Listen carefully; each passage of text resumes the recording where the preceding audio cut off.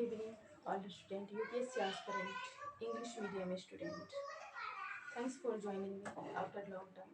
Today's class, chapter 3, the Delhi Sultan, questions with answer.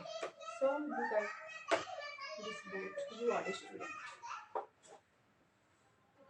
UPSC NCERT history, 6 to 12 preparation English medium student, chapter 3, questions with answer.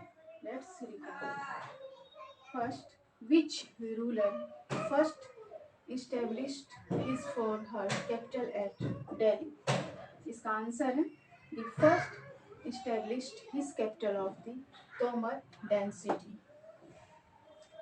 Second questions, what was the language of administration under the Delhi Sultans?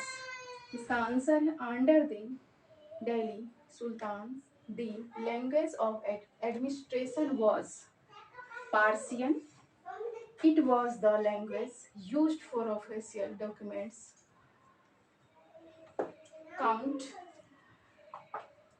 proceeding, and literature during that period, like Tariq yani Shingler and Tariq plural.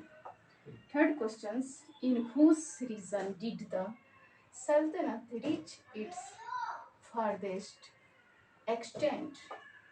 Answer, the Delhi Sultanate reached its farthest extent under the reign of Muhammad bin Tughlaq. His rule saw the Sultanate expand across much of the Indian subcontinent, while Alauddin Khilji also significantly expanded the Sultanate. Muhammad bin Tughlaq's region marked the peak of its territorial reach. From which country did Ibn Battuta travel to India? Answer, Ibn Battuta traveled to India from Morocco in Africa. He was a 14th century traveler and a scholar who embarked on a 30-year journey throughout the Muslim world, including a significant visit to India during the reign of Muhammad bin Tughlaq. Next, let's understand questions number 5th. According to the circle of justice, why was it important for military commanders to keep the interests of the peasantry in mind? Answer, according to the circle of justice, it was as,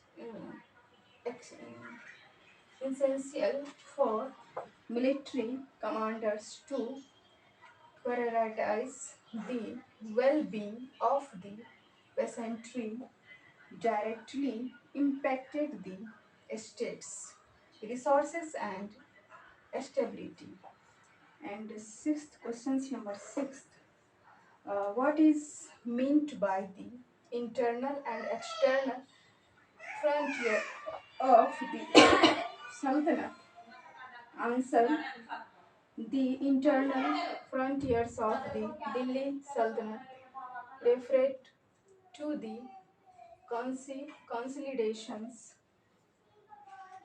and expansion of control within the exciting terrorism, primarily focusing on the hindering hinterlands of garrison towns and the Ganga Yamuna Dwar, and the external frontiers significant the areas beyond the Sultanate's direct control, particularly in the southern parts of the Indian subcontinent, which were targeted for military expeditions and expansion.